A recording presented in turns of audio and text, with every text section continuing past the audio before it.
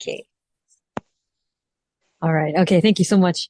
I am grateful for this opportunity to be the master evaluator. I never had that title before. So 13 years in Toastmasters. So I'm grateful to be the master evaluator for Becky. Let's see. I have here a few things. I appreciate that you spoke about when we have technical difficulties, the next person steps in. So a lot of Toastmaster meetings we have, some people would just wait, but, it does stall and it looks like there's a lack of leadership. So it does look good for those that are not in your club to see that, okay, this is what a club looks like. They're very organized and very structured. So thank you for that. You know, it does happen. We live in a world. I mean, I had to turn off my internet so I can speak to you guys because that's just how it is, right? Some days the internet works, some days it doesn't. So you just got to go with the flow. So good job on doing that and bringing that up, Becky. And then you did a good job with breaking down the speech for both Becky and Jan. Too bad, not Becky, sorry. Becky did a great job for that breakdown of Lynn and Jan's speech. Too bad Lynn is not here to hear your evaluation.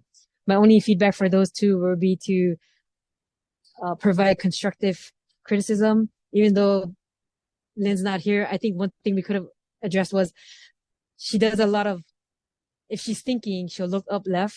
And that's what we normally all do if we have to pause.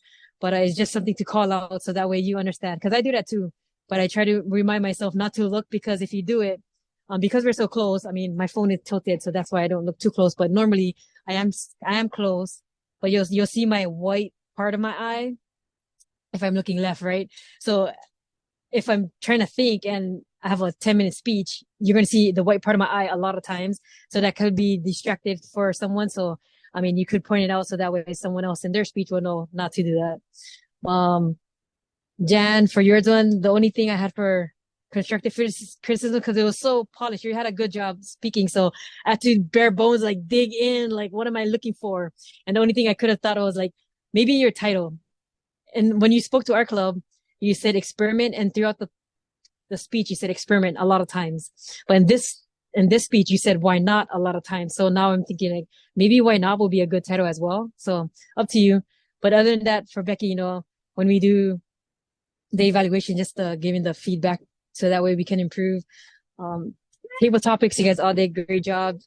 And I agree with Becky that we all learn from someone else. And I like that we gave Becky 10 minutes because this is a long meeting, right? So to give Becky 10 minutes is a great time for her to go dive deep with everyone. And I like how she ended it with her own story. And it's also an inspiring story. So thank you, Becky, for giving us. So we learned from Lynn's speech all the way to the evaluator, all great things to help us become either better humans or, better personally to ourselves, but not just to others out there, but to ourselves as well.